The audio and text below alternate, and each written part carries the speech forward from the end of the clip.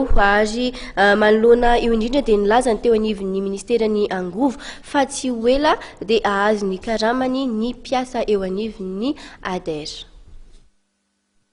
Mampanantena ny voan'ny karamandreo mpiasa eo anivon'ny ADER, Mahasoivo misahana amin'ny famparitahana ny Angovo eny ambanivohitra, ny ministry ny Angovo, Nestor Razafindrorika. Efa misy fanantonana eo amin'ny ministeran'ny vola sy ny teti-bolona ary ny eo anivon'ny ministeran'ny Angovo amin'izao fotoan'izao araka ny fanazavana nentin'ity mpikambana eo anivon'ny gouvernement ity. Ivoaka tsy hoe la io omaly ary zay efa nivolony mikasika ny zavatra io miaraka tamin'ny ministère de finance zay sorana dia sorana zany fa nampanantena miaraka taminay moa zany miaraka taminao fa ivana tsy ho ela ny karamany-piasa. Anisany nambara ministry ny Angovo ihany koa fa efa andalana amin'ny fikarakarana amin'ny fanendrena ny sekretera mpanantanteraka maharitry ny ADER ary notsim-pihany fa noho ny fomba fanendrena ny sekretera mpanantanteraka izay tsy maintsy mandalo dingana lava dia napetraka aloha mpisolo toerana mba hanodina ny asa andavanandro eo anivon'ny ADER ary nambarany fa efa andalana amin'ny fanendrena ny sekretera mpanantanteraka maharitra eo anivon'ny ADER. Niengagena ny procédure ny secrétaire exécutif ny embauche zany amin'izao fotoan'izao. Izao zany efa natao io fa miengagena zay procédure zay zahay. Izay nefa araka ny resaka telava ary zany no nametrahana le intérim satria nahoana malava azy ny conseil d'orientation na ny conseil d'administration kely ny ao amin'ny ADER no manao constat izay vacance de poste zay. Aveo io conseil d'orientation io koa no mametraka ny critère le olona ho apetraka eo.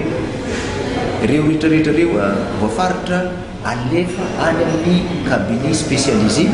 Io tsy mandalo amin'ny ministère fa misy cabinet spécialisé koa manao an'izany.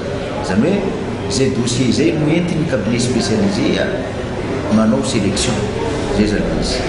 Dia arakaraka ny sélection avy any amin'ny cabinet ihany no alefany amin'ny ministère. Dia ny ministre amin'izay zany mitondra azy any conseil des ministres mba angatahana fankatoavana zany. Izay rehetrarehetra zay tsy vitany andro raiky, tsy vitany roa andro, tsy vitany une semaine fa lava. Zay zany izy ka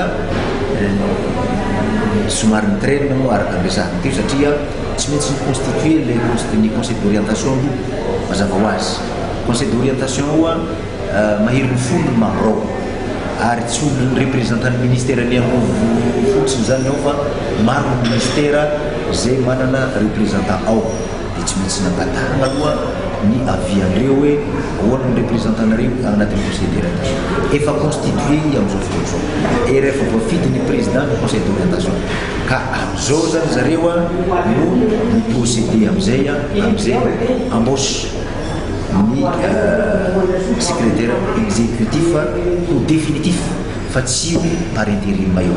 Kesika ny fiara-miasa ny mpamatsy volan'ireo tetikasa eo anivon'ny ADER dia nitsim-pia ministry ny Angovo fa misy hatrany ny fanakalozam-baovao eo amin'ny rotonta ary tsy atahorana ny fanampahana famatsim-bola ho an'ny famparitahana ny Angovo eny ambanivohitra izay tanterahan'ny ADER amin'ity taona 2024 ity.